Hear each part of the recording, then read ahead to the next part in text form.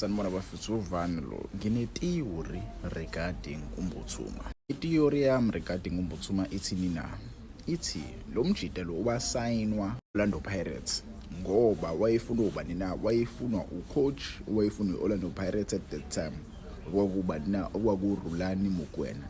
If you remember lezi cards, uRulani Mokwena mekhuluma namindaba wayesho ukuthi his favorite striker, always striker afuna ukusayina mayasathola team uyena uYanela Mbuthuma. Yabo benobani na benaye ukuthi eHofasa Mabasa uyena mdlali ayemthanda kakhulu ubani na uRulani Mokwena. But washo ukuthi the one promising strikers akhona la kuPretoria Premiership ubani na uYanela Mbuthuma.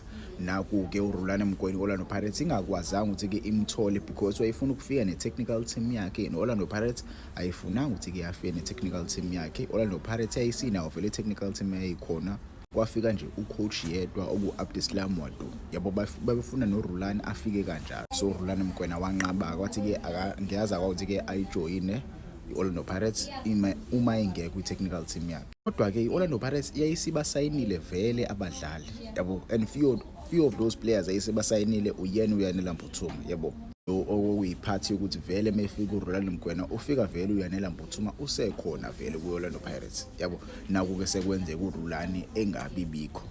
Yabo so nje bengasekho kuRulani Mokwena kwafika uAbdeslam Wadu. Mina ngokubona kwami uAbdeslam Wadu akakwazi amdlalise kahle lo mjida, akwazi amcontrol, amtshela ukuthi yiziphi izinto akumele azenze as a striker. Yabo and even kufika ama-striker coaches ku-Orlando Pirates, he doesn't seem to improve kulezo zinto lezi atshelwe izona ubani nawo uAbdeslam Wadu. Yabo okuyinto ewarisha ngempela because he's a very good striker umjida. Uyabona ukuthi ushoda lapho nalapho, ulekha lapho nalapho. Yabo mwasubheka futhi ekumsayineni kwethu samsayinisiwa kweBay with amagola awu6 sa release uMabasa obeshayela amagola awu15 the same season.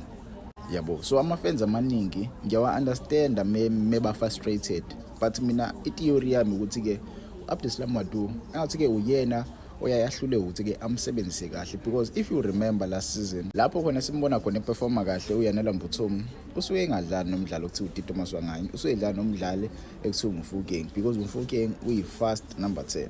Yabo so musumdlalisa no number 10 ongekho that fast uyabona ukuthi akaperform kahle uMbuthuma, kanti cha udinga nje umdlalo ozokwazi ukuthi adlalisane naye. It's hard to compare uYanela Mbuthuma with ubani na with Makgopa, because Makgopa is a hard worker. Even though he doesn't score now, but he's a hard worker. We see him gaming.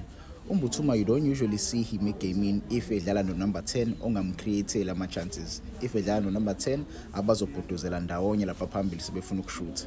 Yabo so mina theory yami ukuthi ucoach yena ungakwazi ukuthi amsebenzise kahle lo mjida, and meqhubeka yenza lento ucoach le ngamsebenzisi kahle uzobona ukuthi abantu bayamzonda uMbuthuma, which is not true.